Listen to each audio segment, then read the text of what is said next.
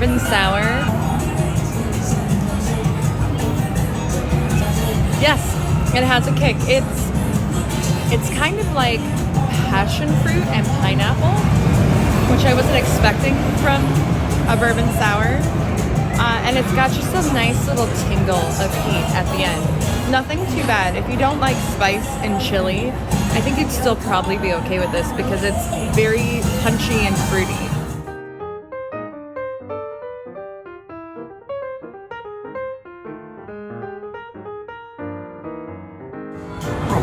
So we're trying the barbecue beef brisket slider from Cluckadoodle Moo. It's got some smoked cheddar. It's got a really nice kind of aioli going on. It's got dill pickles, and it's got this really beautifully seasoned salt and pepper bun. So we're gonna attempt to eat this without it going all over my dress. Most of the cheddar has melted out the back, so I think I'm gonna try it from the messiest end, and this might be a terrible decision.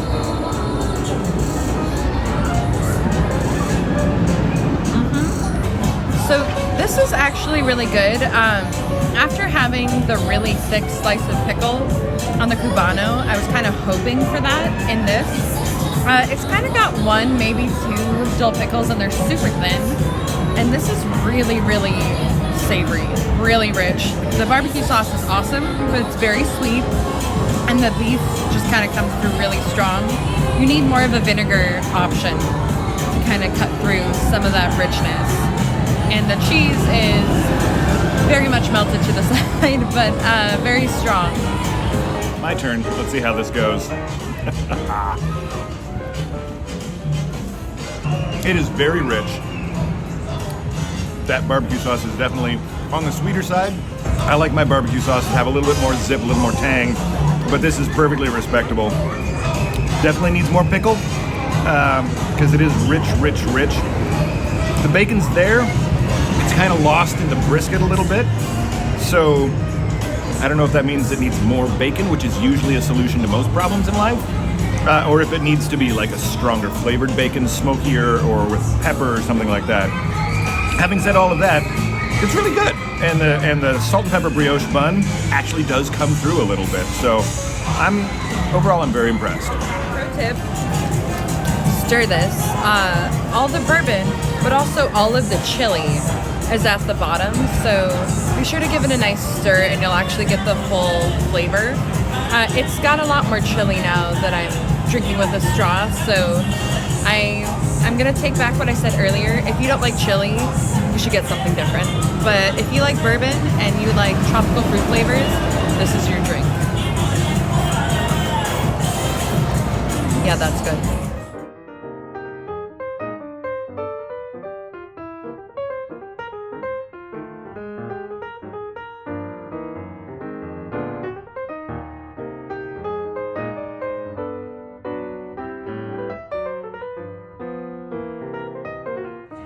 So we're trying the beef and barley poutine. Good, it's got braised short rib, it's got some tots, which you can't really go wrong with tots, and a decent amount of cheese curds. Like, it's got a lot going on. Let's try it.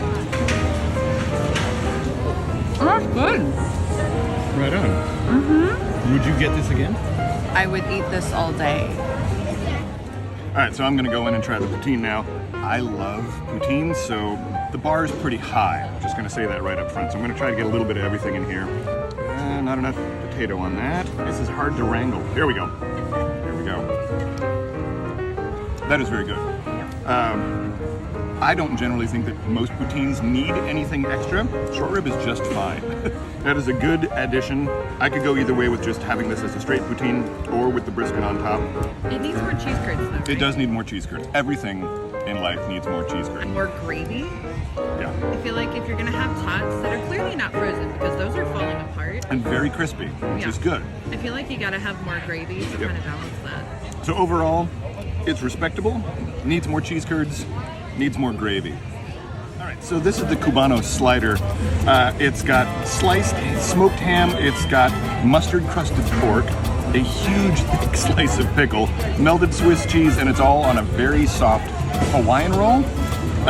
Honestly, it's the Hawaiian roll that's kind of taking it down a notch for me. It's a little mushy right now, but compared to the Cubano dog that we had at Award Wieners, this is a solid second place. The Cubano dog was better just because the bun was kind of toasted up. But this, it hits all the right flavor notes. And frankly, I'm glad that the pickle is that thick because it definitely needs some like acidity, something vinegary to cut through all the richness. So how many stars out of 5 would you give it? Out of 5, solid 4, absolutely. Awesome.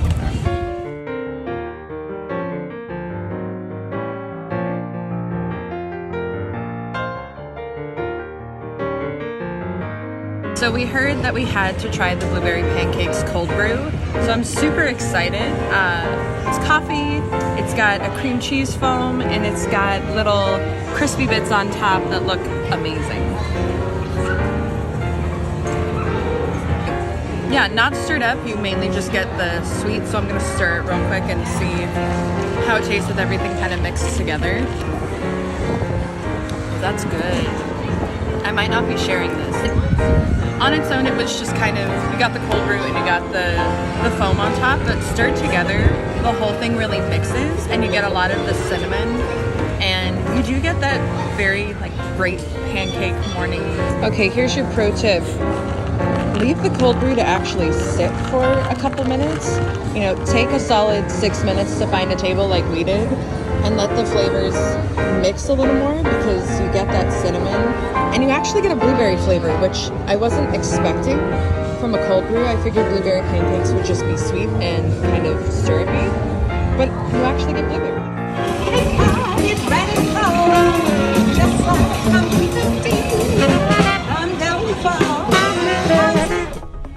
So we're trying the Carbonara garlic mac and cheese with Newski's peppered bacon. Looks like it's actually really coated in cheese sauce. Sometimes mac and cheese is really dry.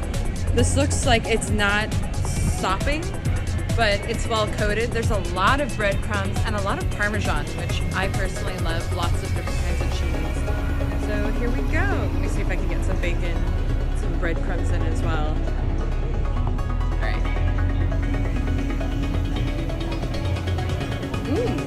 Wow. Okay, so the breadcrumb thing on top is really, oh, I think that's all dried garlic, not breadcrumbs. So there's a lot of garlic. And I love garlic, so this is my preference for how much garlic should be on anything. If you're not a big fan of garlic, you shouldn't order this because this is all garlic happening here and I'm very okay with it. There's also some sort of oil, so it's not bad oily, but it's got some oil going on. So we were just talking about how much we were really enjoying this. It is very, very garlicky, and it is so good. There's a place in Seattle where we're from called Beecher's, and they have what they call their world's best mac and cheese. And this is a second. This is a close second, though. The amount of cheesiness in here and the texture and the consistency, it's really good. It's fortunate that we're splitting this because I would totally consume this whole thing on my own.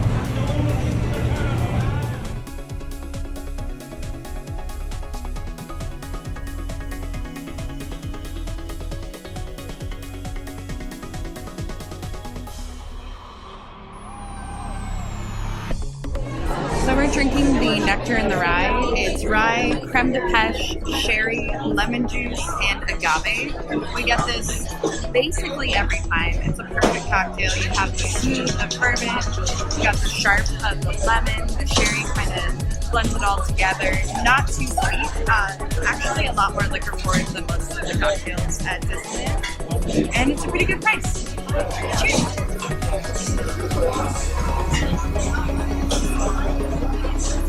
Perfect every time. So the star of the show has arrived, the lobster nachos.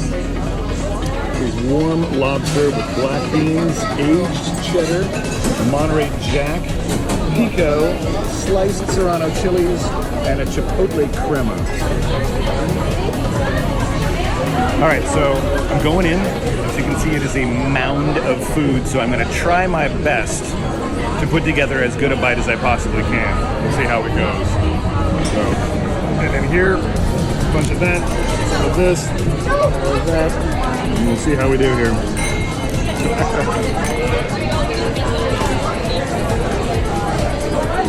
Speechless. So well balanced. Everything works well together. I'd heard about this dish literally for years, and it took a long time to get up the guts to try it because I'm not generally a shellfish kind of person. But from the first time we had this, I understood what all the hype was all about. It is absolutely amazing. And part of what makes this work so well, I believe that these are house-made chips. They are really, really good.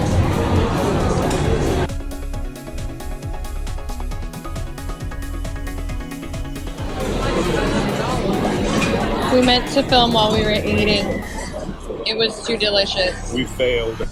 So here's the carnage at the end.